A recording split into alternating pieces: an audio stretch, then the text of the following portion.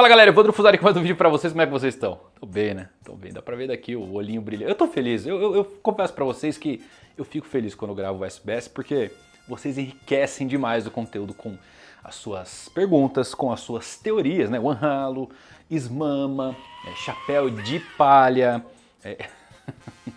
barba negra e hipopótamo. Que mais?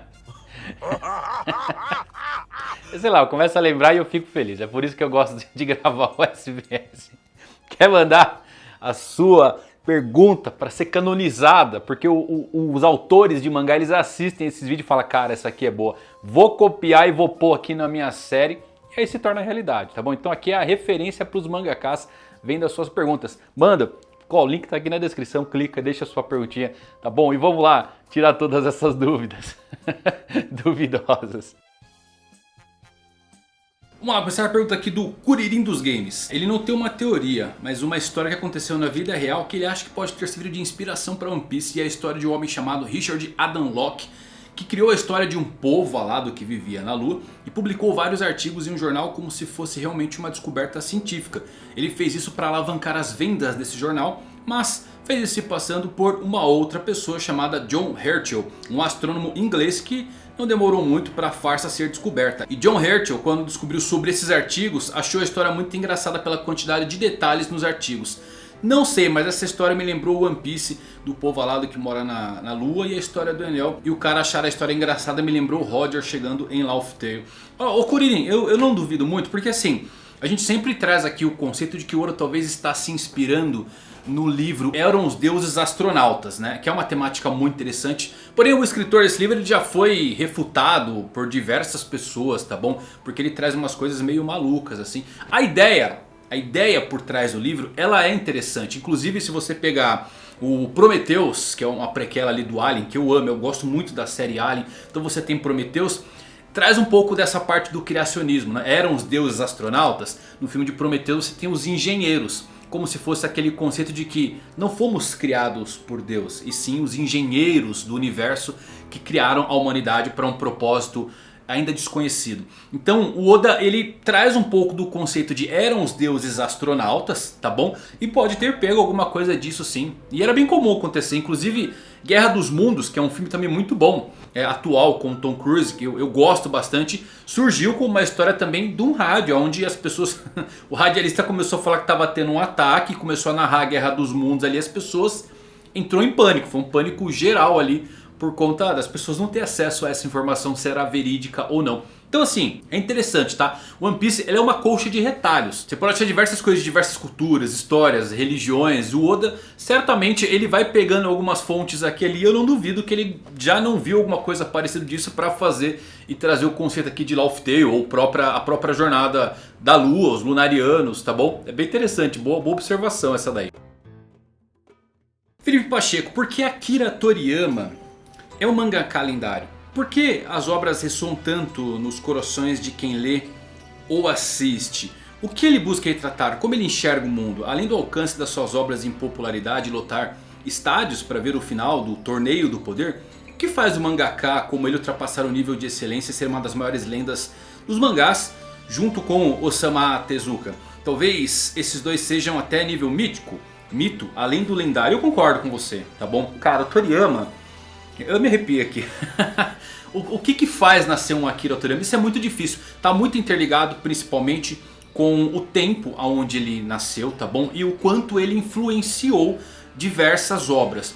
Dragon Ball ele é tão bem escrito, ele é super divertido, porque ele não é uma série datada. Você pode pegar agora pra assistir Dragon Ball Z, você vai se divertir. Mesmo um anime antigo que fica, sei lá, 10 episódios pra acontecer alguma coisa, você se diverte, tá bom? Se for pro mangá, aí é direto. Então ele é um escritor muito bom, ele sabe fazer isso e é uma série que não é datada. Então por isso ela influencia gerações e gerações, se torna atemporal. Posso dar um exemplo aqui, Cavaleiros do Zodíaco, tá bom? Eu comecei com Cavaleiros do Zodíaco, o anime em si, eu não consigo reassistir. Tudo bem que não dá pra comparar o anime com o mangá, mas com o passar do tempo eu acabei percebendo que as coisas relacionadas a Cavaleiros do Zodíaco eu gostava muito mais quando não tinha a mão do Kurumada, como o Lost Canvas, o Gaiden. Então você vê que fica datado. É uma coisa que por mais que as pessoas assistam pela importância em si, não tem tanto um impacto na geração e na formação de novos autores.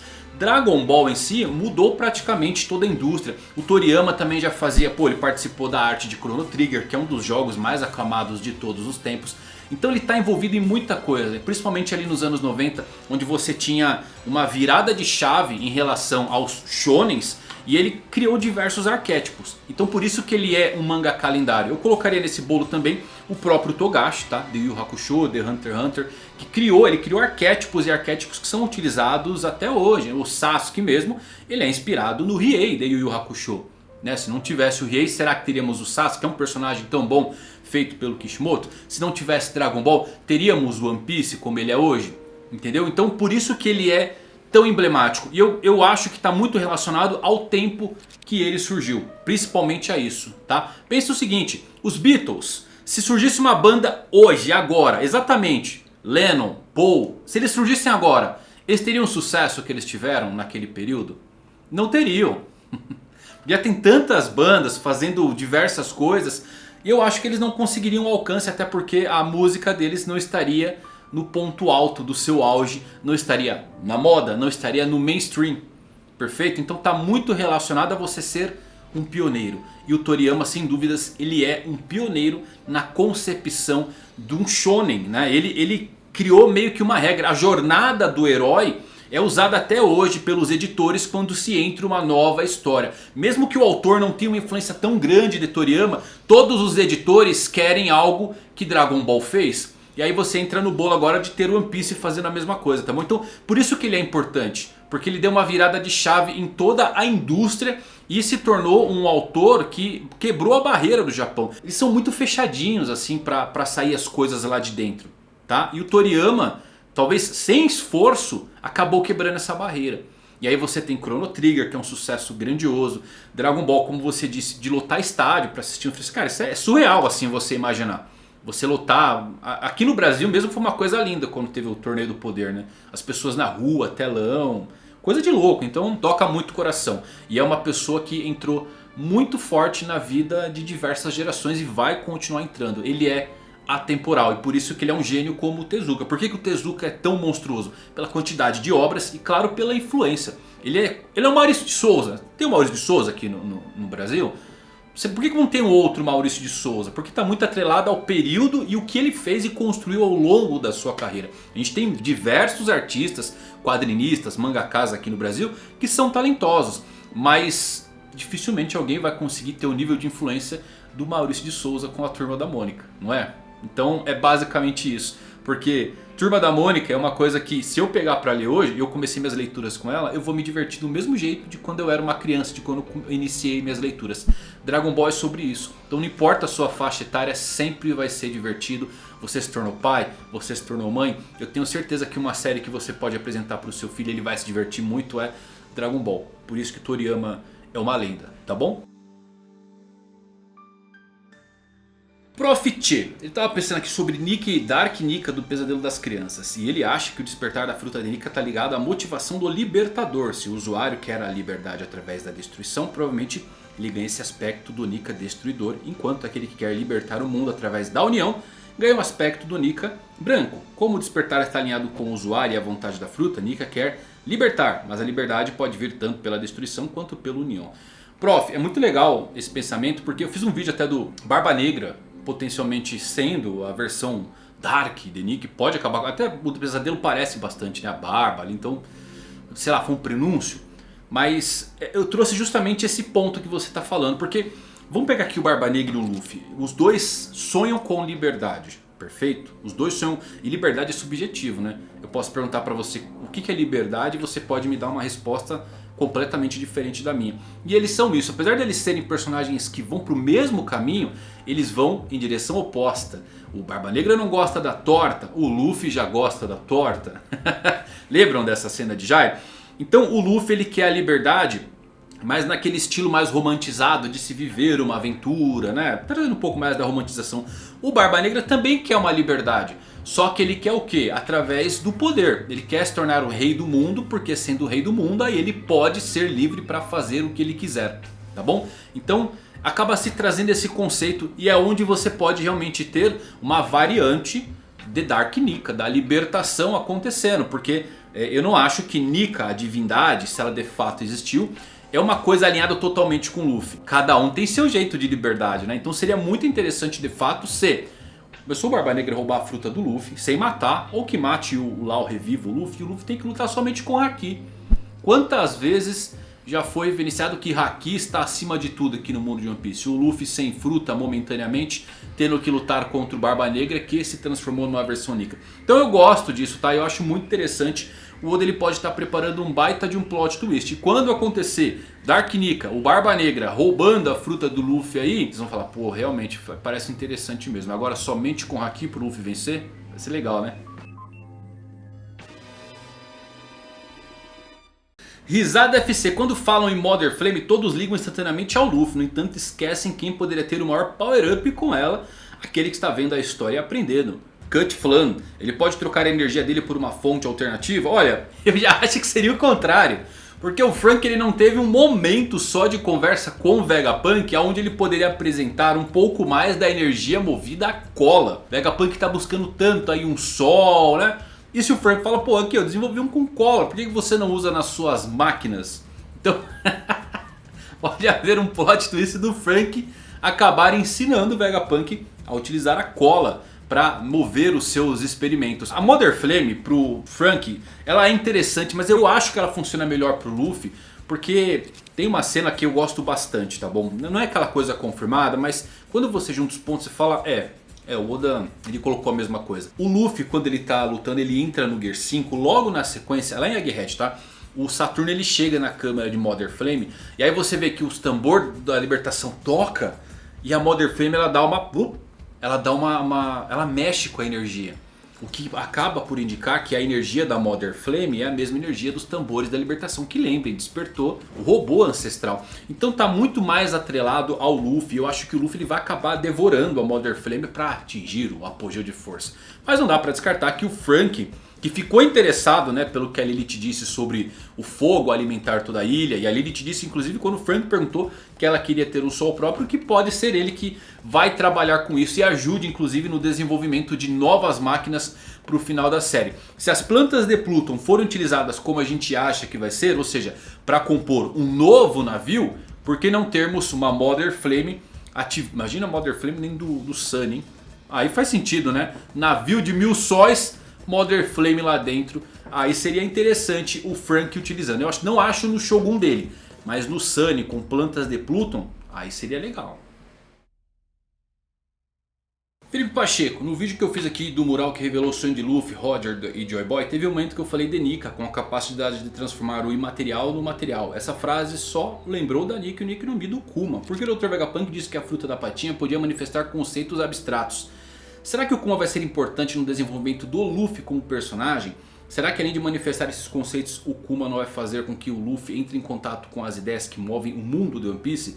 O que vai fazê-lo entender como as coisas funcionam e dessa experiência ele volte bem mais maduro e desbloqueando essa habilidade de Nika de manifestar o imaterial no material. Olha, eu acho que a jornada do Kuma, pelo menos o arco de fechamento do Kuma não aconteceu ainda, né? Ele não teve um desfecho ainda. Tudo bem que a Lilith disse que vai salvar ele, então se vai salvar o Kuma é porque ainda temos algumas informações para conseguir dele, principalmente relacionado aos bucaneiros, que tem um mistério por trás da raça que o Vegapunk não... Vegapunk só quebrou a gente, só deixou mais mistério no ar, né? Não falou que é Akuma no Mi, não falou o que o D vai fazer, não falou nem dos bucaneiros, só jogou umas bombas de lore e vazou. Então o Kuma ainda não teve o encerramento do seu arco. E eu acho que ele pode ajudar o Luffy de alguma forma. Tinha uma teoria que era muito legal, de que talvez em Laugh Tale tivesse uma bolha de patinha, ao qual o Roger talvez tivesse tocado e viu tudo que aconteceu no passado por conta do antigo usuário da patinha que deixou uma bolha lá. E muitos teorizam que era a Lily Nefertari que tinha essa patinha por conta de ela ser a responsável por espalhar os poneglyphs. Eu acho legal, tá bom? Inclusive acaba se conectando dela ter um corpo imortal ali, tinha essa fruta e acabou se perdendo, e o Kuma tá com ela nesse momento agora. Só que olha só, a gente descobre que quando você toca na bolha de memória ela desaparece. Então se o Roger tocou lá, a bolha não estaria mais naquele momento. É possível então que o Kuma utilize algum conceito do imaterial no material para que o Luffy consiga aprender mais sobre isso. Quanto a conhecimento eu acho um pouquinho complicado, porque você quebra a narrativa do Rio Poneglyph lá no final, na última ilha, onde a Robin vai ler e o Luffy vai aprender a história, que eu acho que é onde vai dar a virada de chave real pro Luffy. Quanto a Nika, o que pode fazer, a partir do final de Elbaf, eu acho que o Scopper Gaban já vai contar um pouquinho mais pro Luffy quem de fato ele é. Tá bom? E o Kuma pode trazer mais da lore do próprio Nick, como ele era uma divindade que transformava desejos em realidades. Isso, claro, se conectando à origem das Akumas no Mi, tá bom? Então, o arco dele não acabou. Ele vai entregar tudo pro Luffy? Não, mas certamente vai adicionar mais alguns pedacinhos da história, da lore, pra gente conseguir juntar os fragmentos do que de fato são os bucaneiros. Qual é o poder real de Nika, a divindade, né? Porque só borracha, só... Não, tem algo a mais aí. E eu acho que está muito atrelado àquela cena do final do ano, onde as lanternas estão subindo com os desejos. Aí ele passa perto do Luffy e o desejo acaba se tornando realidade. Eu acho que vai muito para esse caminho aí, tá bom? Avada Kedavra, e se o Shanks na verdade for um clone do próprio Garly? Olha, para mim não faz muito sentido a clonagem. Inclusive tem uma teoria do Kid também ser um sétimo satélite do Vegapunk, porque ele tem o número 7 e os golpes dele usa Punk e você tem Vegapunk.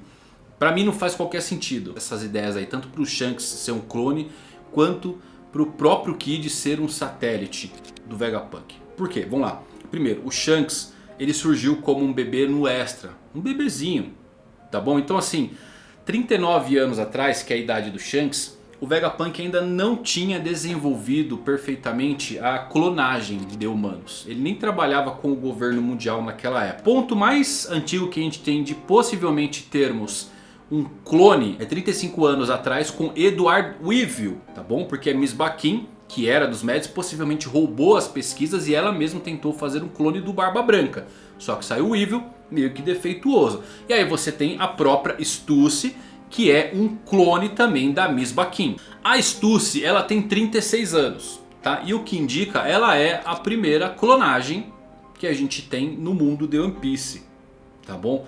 Então assim, o Shanks, ele surgiu num período ao qual não temos qualquer indício de já existir a clonagem acontecendo. E o Vegapunk não tinha qualquer vínculo com o governo mundial para fazer isso para o Garlin, tá bom? Aconteceu um pouco depois, porque 36 anos, 35 anos era o período dos Mads. Não tinha vínculo, depois eles foram caçados e aí começaram a trabalhar. Perfeito? Então, assim, eu já arrisco completamente. Eu nem gosto muito da ideia do Shanks ser um clone, porque não adiciona nada o Shanks ser um clone do Garlin, entendeu? É mais fácil ser filho mesmo e ter filhos gêmeos.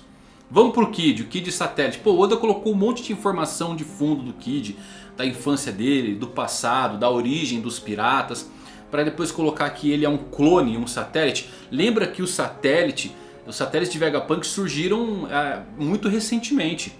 Em Punk Hazard, que aconteceu 4 anos antes da linha temporal, não tinha satélite. Eles são recentes, é coisa de 2 anos aí, pré-time skip.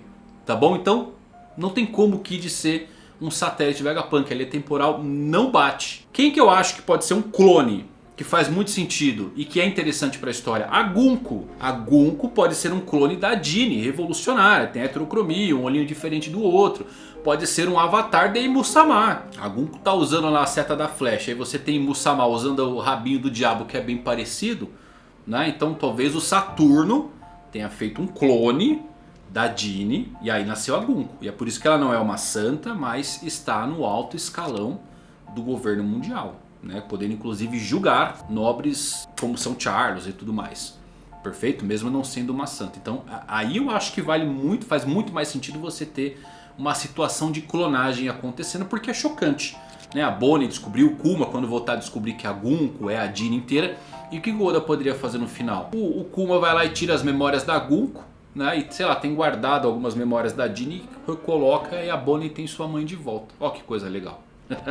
E é uma coisa bem One Piece de acontecer. Então eu sei que você não perguntou do Kid, mas para esses dois casos, para mim não tem qualquer sentido ter algum tipo de clonagem acontecendo para essas figuras, porque não adiciona em nada, não vai ter choque nenhum e não tem qualquer sentido pro enredo atual, beleza? E é isso, bastante pergunta respondida, espero que vocês tenham gostado, mas se gostou faz o quê? Deixa sua pergunta também, e depois deixa o like por esse vídeo. Até a próxima, valeu por assistirem, fui.